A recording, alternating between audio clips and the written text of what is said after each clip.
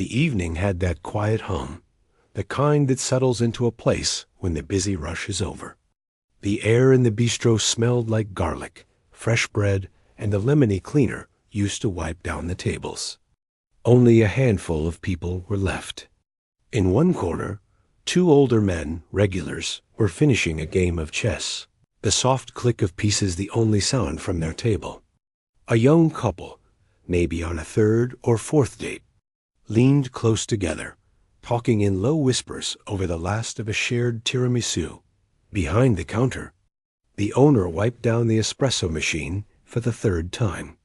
He was a big man with a kind face, always in a slightly flour-dusted apron. He looked at the room with a contented sigh. Business was steady, not great, but enough. His eyes landed on the young woman refilling the salt and pepper shakers at the service station. She moved quietly, efficiently. Her dark hair was tied back in a simple ponytail, a few strands escaping around her face. You could see a little tiredness around her eyes, the kind that comes from long days. The customers knew her smile, her polite nod, the way she remembered that one regular liked extra parmesan and another hated olives. But that was all they knew. She was a part of the room's furniture, as familiar and unnoticed as the painting of the Italian coastline on the wall. She was studying something they'd heard, working here to pay for it. The usual story. She finished with the shakers and picked up a tray of dirty coffee cups, her movements smooth from years of practice. As she passed the old upright piano in the corner, her hand drifted out just for a second, and her fingers brushed lightly across the top of its closed lid, leaving a faint trail in the thin layer of dust. It was a quick, almost secret touch. No one saw it. The owner, Gino, clapped his hands together once, breaking the calm. "All right, my friends. You know what night it is. Open mic." "The stage," he said, waving a hand grandly toward the small cleared space by the piano, "is yours. Who will bless us with a song tonight? I offer a free dessert to the brave soul." He looked around the room. The chess players chuckled and shook their heads, focused on their endgame. The young couple looked at each other and giggled, shaking their heads no. It was always like this. The same shy silence. Just then, Gino's phone buzzed. He frowned at it, then sighed. "Ah, mamma mia. That was our singer. His car won't start. He's stuck across town. So," he announced, his voice full of playful drama, "now I offer a free dessert and a free drink to anyone who can save us from this terrible silence." A quiet laugh went around the room. One of the chess players, a man with a kind, wrinkled face, looked up. His eyes twinkled. He had seen the waitress's quick touch of the piano earlier. It hadn't been the first time he'd noticed her looking at it. "Hey," he called out, his voice friendly. "What about you? You're always running around this place. Ever take a break to play us something?" He nodded toward the piano. All eyes turned to her. She was standing by the kitchen door, holding her empty tray. For a moment, she just froze. A faint pink flush crept up her neck. She looked like a deer caught in headlights. The young couple smiled encouragingly. Gino raised his eyebrows, hopeful. She opened her mouth as if to say something, to laugh it off, to say, "Oh no, not me," like she probably had 100 times before in her life when music came up. But no sound came out. The room waited. The seconds stretched out. Then something shifted in her face. The tiredness seemed to melt away, replaced by a sudden, clear decision. It wasn't a look of confidence, exactly. It was more like resignation, mixed with a deep, hidden need.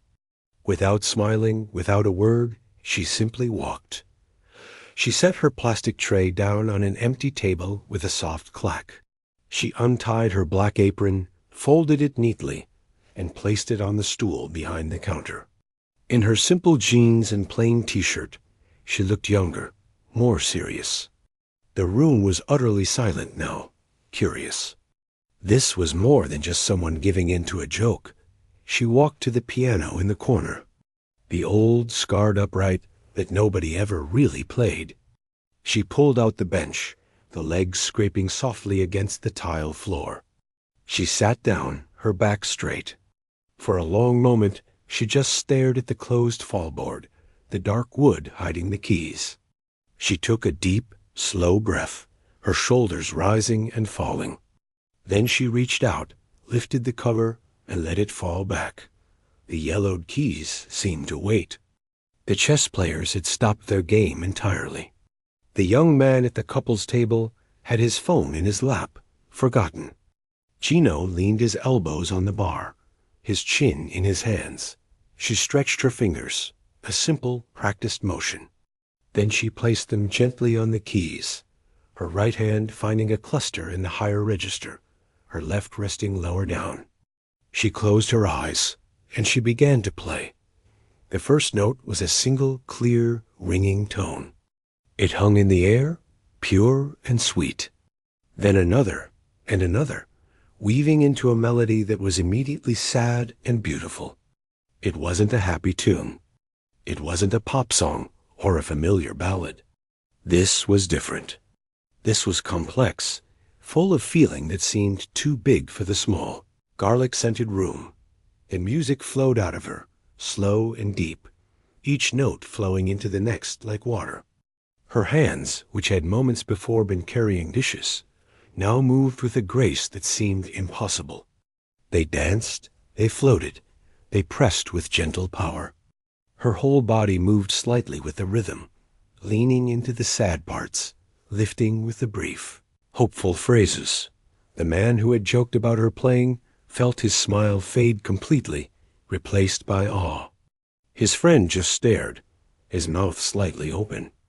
The young couple were holding hands tightly on the table, completely still, watching the transformation of the woman who had just served them. Gino's eyes were wide. He had owned this piano for 15 years. He had never heard a sound like this come from it. He had never imagined it could make such a sound. She played on, lost in the world she was creating. The simple waitress was gone. In her place was someone else entirely. Someone who spoke a language of deep emotion without saying a single word. And the only sounds in the bistro were the haunting, perfect notes of the piano and the soft, involuntary gasps of pure amazement from the few people lucky enough to be there to hear it. The silence in the bistro was no longer just quiet. It was a living thing, heavy and full, stretched tight by the music. The chessboard between the two old men was forgotten. A knight lay on its side, knocked over by a sleeve, but neither of them moved to pick it up. They just stared. Her fingers, which had just been wiping down tables, now moved across the yellowed piano keys with a kind of gentle authority. The first piece, that sad and beautiful melody, came to a soft, fading end. The final note seemed to hang in the air, refusing to disappear completely. No one clapped. It didn't feel right. Clapping would have been like shouting in a library or turning on a bright light in a room full of sleeping people. They were all holding their breath, afraid to break the spell. She didn't open her eyes. She didn't look at them. It was as if she was alone in the room, or maybe in a completely different place. A faraway place the music had pulled her into. She took another slow breath, her shoulders relaxing just a bit, and then her hands began to move again. This time, the music changed. The sad, classical feeling melted away, replaced by something looser, cooler. A slow, walking bass line started in her left hand, steady and confident. Then her right hand danced over the top, playing notes that twisted and turned in unexpected, playful ways. It was jazz, but not the messy kind you sometimes hear. This was precise. It was thoughtful. She was taking a tune they almost recognized, something like Summertime, and talking with it, having a conversation. Asking it a question with a low cluster of notes, and answering it with a bright, quick run up the keys. One of the chess players, the one with the kind eyes who had asked her to play, felt his own eyes get a little wet. He wasn't sure why. It wasn't that the music was sad now. It was the sheer surprise of it, the beauty of it, hidden here all this time. He looked at this young woman, her face focused in the soft light, and he saw not a waitress, but an artist. A real one. He thought about all the times he'd sat here, complaining about his coffee being a bit cold. And she had just nodded and said, "I'm so sorry. Let me get you a fresh one." He felt a strange sense of shame, mixed with wonder. Behind the counter, Gino, the owner, had stopped breathing. His dishcloth was crumpled in his fist. His mind was racing. Asterisk, how? How could this be? This was the same person who he'd shown just last week how to properly stack the dishwasher for better cleaning. This was the person who made his mother's tomato sauce recipe almost as well as his mother did. The music filling his restaurant was the kind he'd only heard on expensive records or in concert halls on television. He thought about the piano. He'd bought it cheap from a closing church, just for decoration, for a bit of old-world charm. He'd never imagined it had this inside it. He'd never imagined she had this inside her. The young couple at the table were holding on to each other's hands. The woman rested her head on her partner's shoulder, her eyes closed, just listening. The date, their conversation, their plans for later, all of it had vanished. They were caught in the same moment as everyone else. The young man watched the waitress's hands, mesmerized by their speed and their grace. He thought about his own job, sitting in an office all day, and felt a sudden, sharp ache for something he couldn't even name. And then, just as the jazz melody wound down to a smoky, satisfied end, she shifted again. Her posture changed. She sat a little taller. The music transformed once more, becoming something modern and powerful. It built from a few repeating notes in the bass, a pattern that pulsed like a heartbeat. Over the top, she began to layer melodies that were both huge and fragile. The music swelled, filling every corner of the small bistro. It sounded like a storm, and then like a single drop of rain. It was full of longing, of memory, of a fight, and then a peace dot as she played this piece. Her face showed the first real emotion they had seen all night. A slight frown of concentration, a softening of her lips as the melody became tender. For a brief second, as the music reached its most powerful point, her eyes opened. They weren't looking at anyone in the room. They were looking at something far away, maybe a memory, a place, a person. They were bright with a feeling so strong it made the woman from the young couple catch her breath in that moment. The pieces clicked for everyone watching. This wasn't just someone who had taken lessons. This wasn't a party trick. This was a story. This was a life. This music was coming from a deep, deep place inside her. It was a place of practice that must have taken thousands of lonely hours. It was a place of love for something so big it couldn't be contained. And it had been locked away, hidden under an apron, and served with the spaghetti and meatballs. The final piece built to its climax a cascade of notes that flowed like a waterfall, and then ended suddenly with two clean, strong chords. Boom, boom. Then, true silence. Her hands fell from the keys and landed softly in her lap. She was still, her head bowed, looking at her own fingers as if she didn't quite recognize them. The spell was broken, but the feeling it created was still there, thick in the air. The room remained silent for another 3 heartbeats. Then, the chess player with the kind eyes slowly, carefully, pushed his chair back. The legs scraped the floor. He began to clap. Not a loud, wild clap, but a slow, deep, respectful one. Clap, clap, clap. It was like a signal. Gino burst into applause, a huge grin spreading across his face. The young couple jumped to their feet, clapping wildly. The other chess player joined in, nodding his head in disbelief. The sound was thunderous in the small space, a release of all the amazement they had been holding in. She finally looked up, blinking, as if waking from a deep sleep. She saw them all standing, smiling, their faces full of a look she had never seen directed at her before. It wasn't the polite thank you from a customer. It was admiration. It was awe. A deep red flush spread from her neck to her cheeks.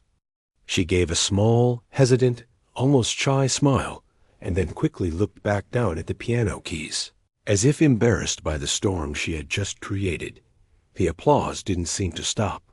It washed over her in warm, surprising waves. She kept her eyes down, her fingers now still and quiet in her lap. They felt strange to her, like they belonged to someone else. For those few minutes, they had. They had been the hands of the girl she used to be. A lifetime ago, the first to reach her was the old chess player, the one who had called her out. He didn't say anything at first. He just put a hand gently on her shoulder. When she looked up, his eyes were shiny. "My dear," he said, his voice rough with emotion. That was a gift. A real gift. Thank you. That broke the dam. Gino came rushing around the counter, his arms spread wide. What was that? He boomed, laughing. All this time, you have been hiding a symphony in my kitchen. He hugged her, a big, bear-like squeeze that almost lifted her off the piano bench. She stiffened for a second, then relaxed into it. A shaky laugh escaping her lips, the young couple hovered nearby, waiting their turn. That was the most incredible thing I've ever heard, the young woman said, her voice earnest. Seriously, why? Why are you working here? It wasn't a rude question. It was filled with pure, confused wonder. The question hung in the air. The other customers gathered around, their faces expectant. The magic of the music was fading, and now they were left with the mystery of the person who had made it. She looked at their faces. All turned toward her, and the old familiar wall started to come up. The one she used every day. The "I'm fine," just a waitress wall. But it felt thin now, cracked open by the music. She took a slow breath. It's a long story, she said, her voice softer than they'd ever heard it. She spoke to her hands. The piano. It was my first language, before English even. She gave a small, sad smile. Where I grew up, we didn't have much, but we had an old piano. My mother cleaned houses for a rich family, and the lady of the house, she saw me. She saw me staring at their grand piano one day. She was a retired teacher. She started giving me lessons. For free. She paused, gathering the memories. The room was silent, listening. It became everything. My teacher, she said I had a gift. She worked with me for years, pushed me. I practiced before school, after school. The keys were my friends. Her voice grew quieter. Then things got hard at home.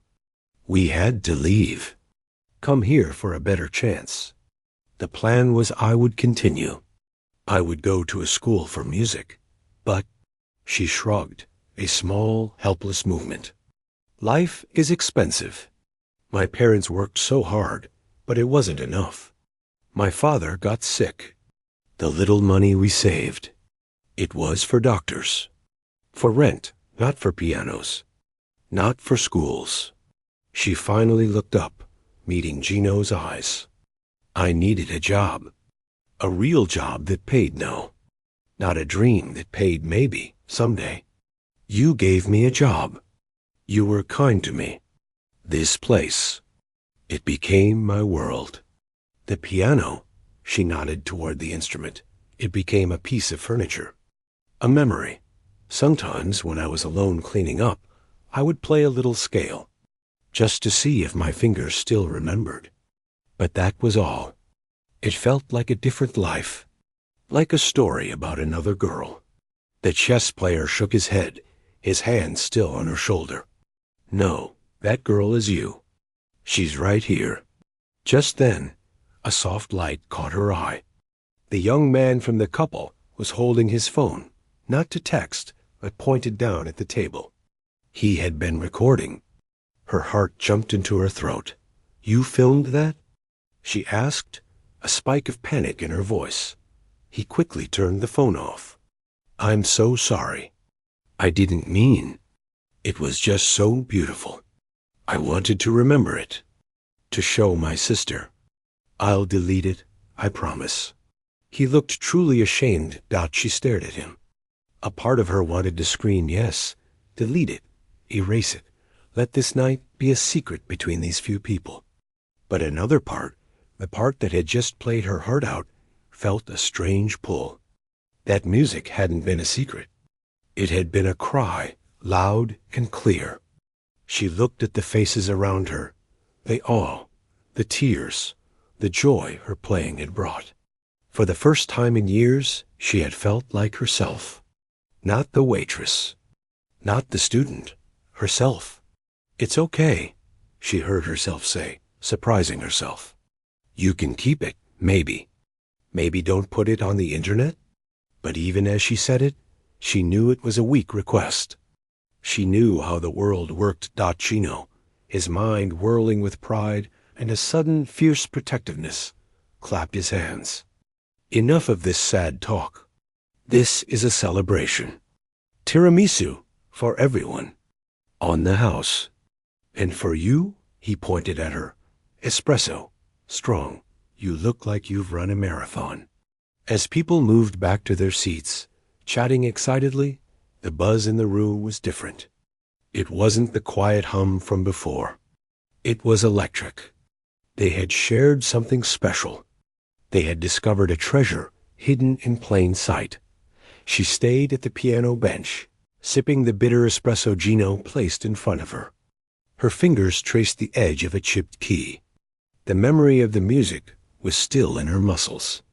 The feeling of being seen, truly seen, was both terrifying and wonderful. Across the room, the young man looked at his phone. The video file was there. He looked at his girlfriend, who raised her eyebrows. He thought about the waitress's shy smile, her incredible hands, her story. He thought about how some beauty is just too big to keep in a small bistro on a Tuesday night. He didn't post it right then. But later, at home, as he and his girlfriend re-watched the video, feeling that same chill, he knew he would. He typed a simple caption. Not dramatic. Just true. Asterisk, asterisk.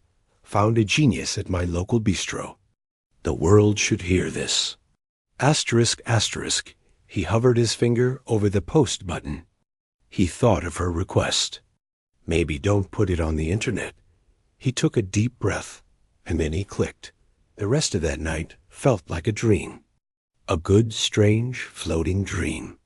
People stayed late, ordering more coffee just to soak in the feeling. The two chess players didn't start a new game. They just talked, low and wondering, about the music. The young couple stayed too, stealing glances at her, smiling whenever she passed. She moved through the rest of her shift on autopilot.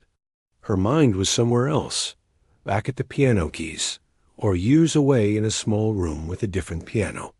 Her fingers, as they cleared plates and wiped tables, felt restless.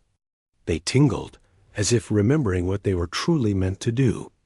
When the last customer left, the kind-eyed chess player giving her one last, wordless nod at the door, the bistro was quiet again. Gino locked the front door and turned to her.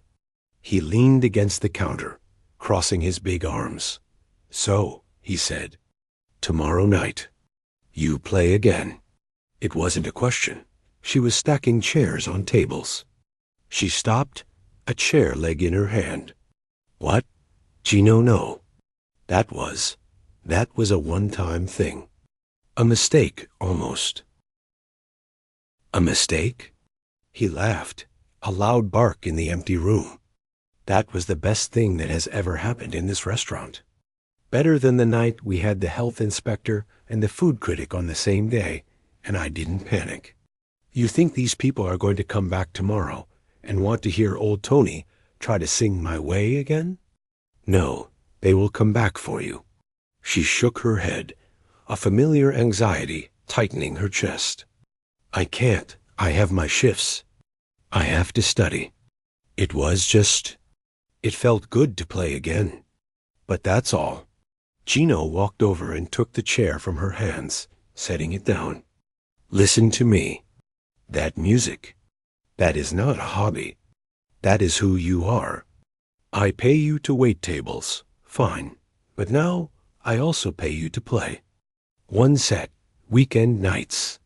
Same hourly rate, plus tips. You think anyone is going to leave just $1 in the jar after hearing that? He pointed a stern finger at her, but his eyes were soft. This is not charity.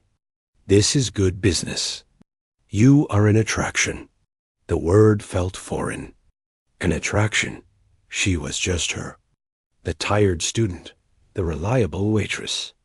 But the memory of the music, the weight of those watching, listening faces. It pulled at her. It was a door she had closed long ago, and now Gino was holding it wide open. Okay, she whispered, the word barely there. One set, Saturdays. Gino beamed and clapped her on the back, so hard she stumbled forward a step. Ha! We will need a bigger tiramisu.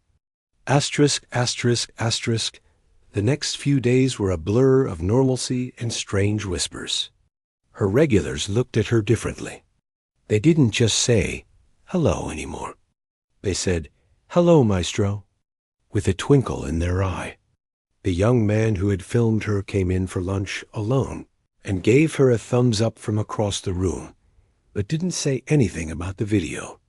She wondered about it, a nervous flutter in her stomach, but the silence felt like an answer. Maybe he had deleted it. After all, she was wrong. It started on a Thursday. Gino's phone, which usually rang for delivery orders, started ringing more. A woman's voice asked, is this the place with the piano-playing waitress? What time does she play on Saturday? Gino, confused, said 9 o'clock and hung up. He looked at her, raising his bushy eyebrows. A friend of the chess guy's, maybe. But then another call came. And another. By Friday, the phone wouldn't stop. A local blogger called. A man from the community newspaper. Gino, now excited and a little frantic, started taking reservations for Saturday night, something he almost never did. What is happening? She asked him, panic rising as she heard him tell someone, yes, she will definitely perform. Gino just waved his phone at her. It's that video. The one from the kid. It's all over the place. That night, after her shift, she finally looked. Sitting on her small bed in her tiny apartment, her heart pounding, she typed the name of the bistro into a search. And there it was. The video. It had a few thousand views. The caption was simple. Asterisk, asterisk, found a genius at my local bistro. The world should hear this. Asterisk, asterisk. She clicked play, her mouth dry. There she was, in her waitress clothes, her face focused and serious. The sound was surprisingly clear. She watched herself, a strange out-of-body feeling taking over. She saw the moment her eyes opened during the powerful piece, that faraway look. She saw the raw, shocked faces of the chess players in the background. She saw the moment the music ended and the silence before the applause. She scrolled down. The comments took her breath away. Asterisk, this can't be real. The emotion. I'm in tears at my desk. Asterisk, asterisk, where did she study? This is conservatory level technique. Asterisk, asterisk, she's not just playing the piano, she's telling her life story without words. Asterisk, asterisk, I've watched this 17 times. Who is she? Asterisk, asterisk, This is why you should always be kind to everyone. You never know what magic they're hiding. Asterisk tears blurred her vision. They weren't mean comments. They weren't mocking. They were seeing it. They were hearing it. Just like the people in the room had. The wall she had built around that part of her life was crumbling. Not with a crash, but with a flood of kindness from strangers. On Saturday, an hour before opening, a well-dressed older man with kind, sharp eyes walked into the bistro. Gino was setting up tables. "We're not open yet, sir," Gino said. "I'm not here for a meal," the man said, his voice calm and clear. "I'm looking for the young pianist. My name is Professor Alistair Chun. I teach at the conservatory downtown." He held out a business card. Gino took it, his eyes wide. She was in the back, cutting lemons. Gino came in, his face pale. "There's a professor here. For you." She walked out, wiping her hands on a towel. The professor looked at her, not with shock or awe, but with a deep professional curiosity. "I saw a video online," he said. "I had to come and see if it was true. Would you play something for me?" "Anything." Her hands trembled. This was different from playing for the regulars. This was a judge. This was the world she had given up on. She nodded, unable to speak, and went to the piano. She played a short, difficult piece by batch. It was all structure and math and precision. She played it perfectly. When she finished, the professor was silent for a long moment. He nodded slowly. "How long have you been waiting tables?" He asked. 3 years, she said, her voice small. "And how long did you study before?" "Since I was 6. Until I was 18. He walked over to the piano and played a single, complex chord. "Your technique is rusty. Your timing, in one section, was slightly rushed. You have lost some of the polish." He turned to look at her. "But the soul of the music is not only still there, it is richer. It has lived. I can hear it." He stood up. "We have a scholarship program for gifted students whose circumstances have interrupted their path. I would like you to audition for it, properly. And I have a need for a teaching assistant for our beginner piano classes. It pays a small stipend." The room seemed to tilt. The sounds of the kitchen, the hum of the fridge, the drip of the coffee machine faded away. She heard the words, but they didn't make sense. Scholarship, conservatory, teaching assistant. "You mean I could study? Again?" The hope in her voice was so fragile it hurt to hear. "You never stopped being a musician," the professor said simply. "You just took a detour. It's time to come back to the main road." He handed her a piece of paper with a time and an address. "The audition is next Thursday. Be there." After he left, she stood in the middle of the empty bistro, the paper clutched in her still trembling hand. Gino came out and put a massive pot of sauce on the stove. He didn't look at her. He just smiled at the pot, giving it a stir. "Big crowd tonight, maestro," he said, his voice thick with an emotion he wouldn't name. "Better eat something. You'll need your strength."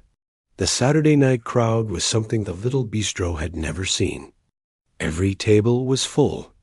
People stood along the walls, by the kitchen door, even peeking in from the street outside. The air was hot and buzzed with conversation, all of it about her. She could feel their eyes on her back as she carried plates of pasta, their whispers like a soft wind following her dot. It should have been terrifying. A week ago, it would have been. But something had shifted inside her. The professor's visit, his words, the crisp paper with the audition time in her pocket. It was like a key turning in a locked door. She wasn't just a waitress pretending to be a pianist for a night. She was a pianist who was also, for now, a waitress. The difference was everything dot at 9 o'clock. Gino clinked a spoon against a wine glass. The room fell quiet, a hush so complete you could hear the espresso machine sigh. All faces turned to the corner.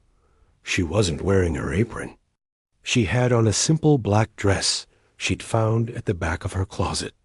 She walked to the piano, her heart beating not with panic, but with a steady, strong rhythm. She sat down. This time, she didn't close her eyes and disappear. She looked out at the sea of people. She saw the two chess players, holding their best table right in front. She saw the young couple, beaming. She saw Gino, wiping his hands nervously on a towel, his chest puffed out with pride. She saw strangers, their faces curious and hopeful. She gave them a small, real smile. And then she began to play. She didn't play the same pieces. She played something new, something she'd been hearing in her head all week. It started with a slow, familiar folk tune from her childhood, the melody simple and sweet. Then, gently, she began to change it. She wove in the complicated runs of Chopin, the cool confidence of jazz, the driving emotion of the modern piece. It was a musical story of her life. The old country, the journey, the struggle, the hope. The music built and built, telling the story better than words ever could. When she finished, the eruption of sound was physical. A roar of cheers, of stomping feet, of pure joy. She took a breath, feeling the sound wash over her. This was what it meant to share it. This was why the music had to come out. Asterisk, asterisk, asterisk, the Thursday of the audition was a bright, cold day. She stood outside the big stone conservatory building, the paper crumpled in her sweaty hand. She felt small. The ghosts of all the years she'd lost whispered in her ear. Asterisk, you don't belong here. You serve food. You wipe tables. Asterisk, but then she thought of the old piano in the bistro. She thought of the professor's kind, sharp eyes. She thought of the Saturday night crowd, listening like they were hearing rain for the first time. She straightened her shoulders and walked inside. The audition room was terrifying. A huge, shining grand piano stood in the center of the stage. 3 professors sat in the empty auditorium seats, including Professor Chun. Their faces were serious. She played. Her fingers,